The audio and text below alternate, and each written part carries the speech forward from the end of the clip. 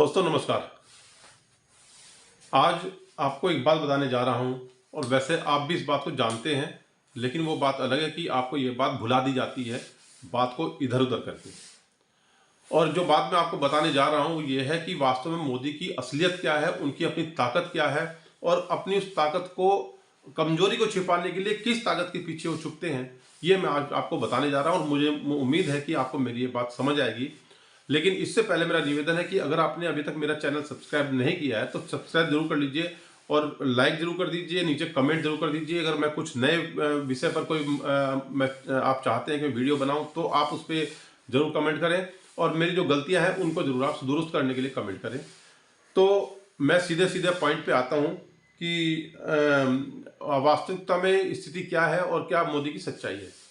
देखिए, मोदी जी की सच्चाई ये है कि आज भगवान राम का जो इतना बड़ा मंदिर, विशाल मंदिर बना और उसको एक इन्होंने पूरा एक इवेंट के रूप में उसको इस प्रकार से प्रचारित किया कि इन्होंने बाकी अन्य लोग जो चाहे वो शंकराचार्य भी हैं उनको भी इन्होंने गैर हिंदू या राम विरोधी बताने का काम इन्होंने किया। अन्य पार्टी को तो किया ही किया, लेकिन शंकराचार्य जो हमारे सनातन के, हमारे एक प्रकार से प्रधानमंत्री जो उनको बोला जाता है, या हमारे सनातन के एक सिरमौर हैं, उनको तक इन्होंने एक तरह से बदनाम करने का काम अलग अलग भाषाओं में अलग अलग तरीके से किया। लेकिन उसके बावजूद भी स्थिति ये बन रही है कि आज की तारीख में उनको ये डर है कि शायद भगवान राम के नाम पर अब उनको वोट ना मिले, इसलिए वो बहुत सारी जोड़ तोड़ करने में लगे हुए हैं। और ये उनकी ताकत, अगर आप ये मानते हैं कि मोदी है तो कुछ भी बस मोदी के नाम का वोट बैंक है, लेकिन मोदी के नाम का जो वोट बैंक है वो 31 से 37% के बीच में ही घूम रहा है, इससे अधिक नहीं है। ये मैं आपको बताना चाहता हूं। अगर आप जो सुबह शाम तक टीवी पर, सोशल मीडिया पर आप बैनर देखते हैं, थानों के अंदर से लेकर के पेट्रोल पंप तक फ्लैक्स, पोस्टर, बैनर लगे हुए हैं, सड़कों पे जाएंगे, यूनिपोल पर, होर्डिंगों पर उनके फोटो आप देखते हैं, तो ऐसा नहीं है कि उसके बावजूद भी लोग उनको वोट दे रहे हैं। उनको वोट देने वालों की संख्या कम है। इसीलिए आपको मैं बताना चाहता हूं कि अगर आपके दिमाग में लगता है कि मोदी नाम का बहुत बड़ा एक ताकत है आज देश में, ऐसी नहीं है। उनको पता है कि उनकी कमजोरी कहां है। आपको उनकी सिर्फ ताकत नजर आती है टीवी पर देख करके, जो वो नकली तारीफ की जाती है उसको देख करके। और इसीलिए कारण मैं आपको बताना चाहता हूं कि अगर उनके अंदर ताकत होती, उनके अंदर एक मजबूती होती, उनके अंदर उनको लगता है कि वास्तव में मेरे नाम का इतना वोट बैंक है, तो आज वो शिवसेना को नहीं तोड़ते, एनसीपी को नहीं तोड़ते, जेडीयू की सरकार गिराने के लिए नहीं पहुंचते और उसके बाद उनके साथ सरकार नहीं बनाते। अब वो उनका टारगेट झारखंड हो गया है, अब झारखंड में सरकार गिरानी है।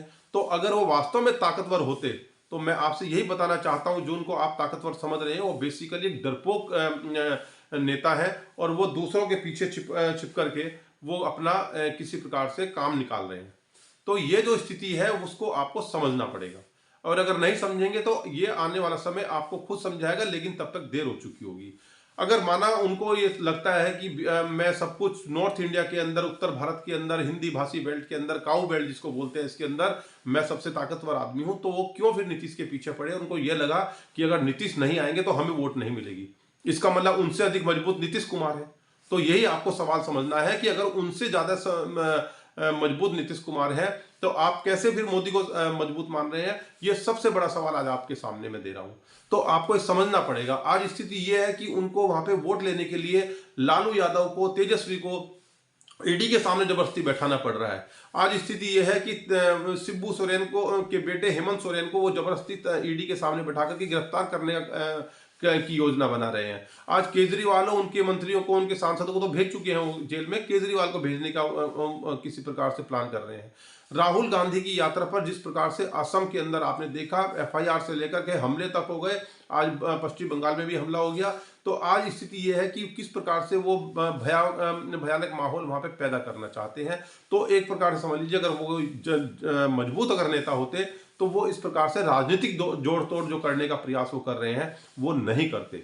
और आपको भी ये बात समझनी होगी कि अगर वास्तव में वो इस प्रकार की बातें करते कि मेरे नाम पर, जैसे आपने सुना था उनको संसद में, मैं अकेला सब पर भारी, तो आज अगर अकेला सब पर भारी है तो क्यों जरूरत पड़ रही है उनको उद्धव ठाकरे की टूटी हुई पार्टी के एकनाथ शिंदे की, क्यों जरूरत पड़ रही है उनको अजीत पवार की, क्यों जरूरत पड़ रही है उनको नीतीश कुमार की, और क्यों जरूरत पड़ रही है जिस आदमी के साथ में कोई जनाधार नहीं है, रामविलास पासवान के बेटे चिराग पासवान की, कि उसको भी अपने पास से नहीं देना चाहते कि वो 2% वोट भी इधर से उधर नहीं हो जाए। जो उनको छोड़ के चला जाता है फटाक से उसके ऊपर जो है वो ईडी का कब्जा डालते हैं और उसके ऊपर कहते हैं कि तो बेटा वापिस आ जाओ, ठीक है ना, नहीं तो हमारी वोट खराब हो जाएंगी।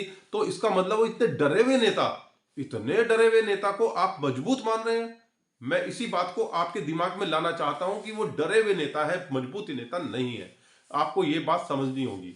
और अगर वो डरे हुए नेता है तो उसका सबसे बड़ा कारण एक ये है कि जिस प्रकार से चीन के साथ युद्ध किया गया था, आज अभी 2 जनवरी की एक वीडियो आई है, मैं उसमें किसी दूसरी वीडियो में बात करूंगा, लेकिन मैं आपको ये बताना चाहता हूं कि जिस प्रकार से चीन ने हमारी जमीनें कब्जाई है वर्तमान इस सरकार के काल में, और पिछले 5-6 महीने पहले ही जयशंकर प्रसाद जो केंद्र सरकार में मंत्री है, उन्होंने क्या बोला था कि हम चीन से नहीं लड़ सकते क्योंकि वो बड़ी अर्थव्यवस्था है।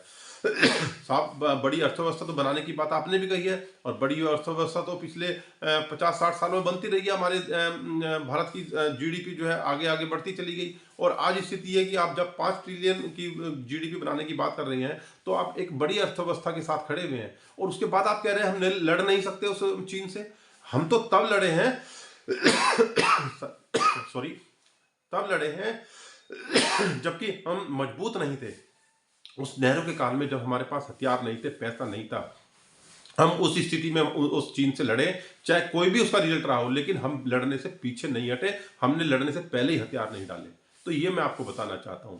दूसरी मजबूती की आपको उदाहरण देता हूं, जो आपने कल देखा चंडीगढ़ के अंदर जिस प्रकार की घटना है, चंडीगढ़ में घटना कल हुई है वो छोटी घटना नहीं है। और उसी के साथ साथ वहां पे जिस प्रकार से धांधली हुई मेयर के चुनाव को लेकर के, तमाम सोशल मीडिया पे आपको वो वीडियो मिल जाएंगी, आप वो सब देख लीजिए। वरना आप पुण्य प्रसून वाजपेयी का एक वीडियो है, उसको लेकर के बहुत सटीक और बहुत तरीके से उन्होंने बताया है कि नियम क्या है, कायदा क्या है, तरीका क्या है, और जिसको वहां पर चुनाव अधिकारी बनाया, प्रोसीडिंग अधिकारी बनाया, वो बीजेपी का नेता को बना दिया, जो कि नियम विरुद्ध है। तो आप तो वो एक प्रकार से घर का समझ रहे हैं, सारी सल्तनत को, सारे देश को इस प्रकार से ऐसा मान रहे हैं कि बस मेरे घर की सल्तनत है, इसमें सिस्टम को चाहे कैसी भी तोड़ मरोड़ लीजिए, कोई बोलने वाला नहीं है। क्योंकि अब आपके सामने भगवान राम को खड़ा कर दिया है, आप भगवान राम की आड़ में उनको कुछ नहीं कह पा रहे हैं, और वो पीछे रह करके मनमानी कर रहे हैं।